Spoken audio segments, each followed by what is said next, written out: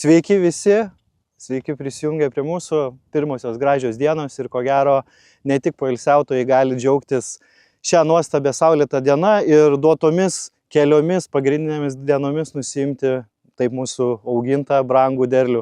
Apžvelgsime tiek ateinančius rudens darbus, kurie jau visai ne už kalnų, apie būtent rapsų sėją, apie šiaudų tvarkymą ir mineralizaciją, apie dirvožemio gerinimo priemonės, taip pat apie tarpinius posėlius dar vienoje dėmesys jūsų laukams laidoje. Daug turėjom iššūkių tiek su derliaus nuėmimu, vien su įklimpimais, vien šiauriniais regionais su begalė daug kritulių.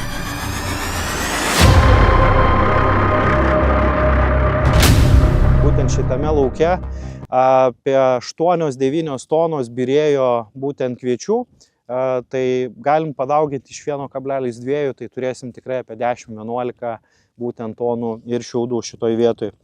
Viena iš galimų problemų, su kuriomis susidurėme, tai būtent, kad šiaudų masė imobilizuoja maisto medžiagas. Ir būtent irimo procesui reikalinga taip energija iš niekur neatsiranda, būtent jai reikia papildomos pagalbos skatinant mineralizacijos ir irimo procesus.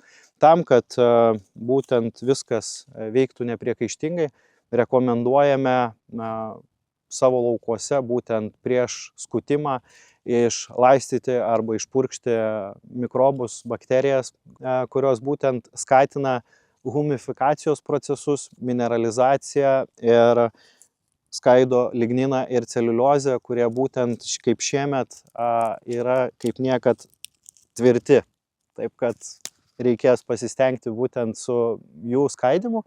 Ir tam, kad ateityje išvengtume tokių problemų kaip netinkamas herbicidų būtent veiksmingumas, pavasariniai iššutimai.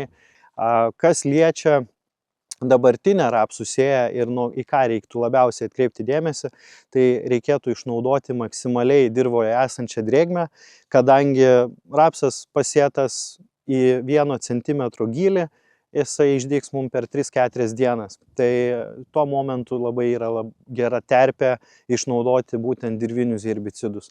Ko gero patys populiariausi mišiniai ir nereikia ieškoti, išradinėti naujai dviračio, tai būtų klomazono ir metazochloro mišiniai. Būtent laukuose, kur yra didelė miglės arba žliūgės daržinės problemos, tai naudoti šalia klomazoną, tai dažniausiai eina arba klomatė, arba kalifas 0,2 į hektarą, bet šalia tam, kad tie herbicidai efektyviai suveiktų, ir kad jų mažėtų tiek ir išsiplovimo rizika ir pagerėtų visas efektyvumas, rekomenduotina tikrai prisidėti ir huminių rūgščių. Tai pagerinsim ir geresnį dirvožemio kvėpavimą, tiek ir pačiai būtent rapsų sėklai išdygus duosime geresnį startą. Kada mums reikia nuspręsti, ką turime daryti pirmiausia, ar tai sėti posėlius, kurių taip esam nemažai prisideklaravę ir turim ir tų pačių įsipareigojimų, plus nepamirškime apie naudos dirvožemiui savo laukams, taip kad ar sėti rapsus, kur turim gaudyti tikrai geras dienas tiek derliaus nuėmimo darbuose persipinant su sėjos darbais, tai manau, kad čia kiekvieno ūkio arba konsultanto požiūriu galima tikrai priimti vieningą sprendimą, kad mes galėtume ir sudaiginti visas dirvoje esančias pabiras, taip pat paruošti dirvą būtent sėjai, plus apsauga yra tikrai pagal pernai metų scenarijų bent vienas praskutimas ražienos apmažina tikrai riziką būtent šliužų. Pagal pernai metus tikrai pastebėjom ūkininkų patirtį ir praktiką, kad būtent šliužų populiacijos mažinime labai svarbus momentas naudoti ir tuos pačius moliuskocidus. Tai ar tai būtų vienos rūšies moliuskocidai, ar tai imkim patį paprasčiausią gustą, efektyvi priemonė būtent nelaukti, kada šliužai pasirodys, skatinti būtent barstymą jau profilaktiškai. Iš mechaninės pusės, ne tik agronominės, būtent ką daryti, tai yra labai veiksmingų priemonių, kurios prisitaiso būtent smulkiųjų sėklų barstytuvai, sėjamosios, kurios gali būtent mums išdozuoti tos visus moliuskocidus būtent eilute. Ypač populiarus sėjos metodas yra Horsch Focus sėjamąja, kada naudojama striptilinė juostinė sėja, reikalinga būtent eilutėje išbarstyti, taip sutaupant ir pačio moliuskocido, taip ir pagerinant būtent moliuskocido efektyvumą, būtent barstymą lokaliai šalia būtent augalų toj pačioje eilutėje. Žinoma, ir tradicinės priemonės tikrai ne ką prastesnės išsibarstyti ir su barstomosioms. Labai nemažai sulaukiame klausimų ir į tai, kas darosi mūsų pasėliuose, būtent kviečių pasėliuose. Reikėtų ko gero nesumaišyti dviejų faktų, kada matome būtent miežių žemaūgės atveju ir nemaišyti jų kartu su fuzarioziniais atvejais, kada mes turime truputėlį skirtingą atvaizdavimą. Ką reikėtų atkreipti dėmesį, tai būtent huminių rūgščių bei biologinių produktų panaudojimas tam, kad mes galėtume sėkmingai apmažinti būtent patogenų kiekį tiek dirvožemėje, tiek ant pačių augalinių liekanų esančius piknidžius.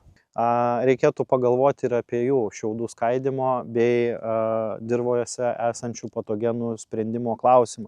Kadangi tikrai šiemet matėme daug įvairiausių fuzariozės atvejų, tai tikrai reikėtų atkreipti dėmesį, pasitarti su agronomais konsultantais. Vienas iš būdų, kaip tai padaryti būtent biologiniu būdu, tai kurie mažina fuzariozinių patogenų kiekį dirvožemėje, taip pat skaido šiaudą ir atpalaiduoja maisto medžiagas.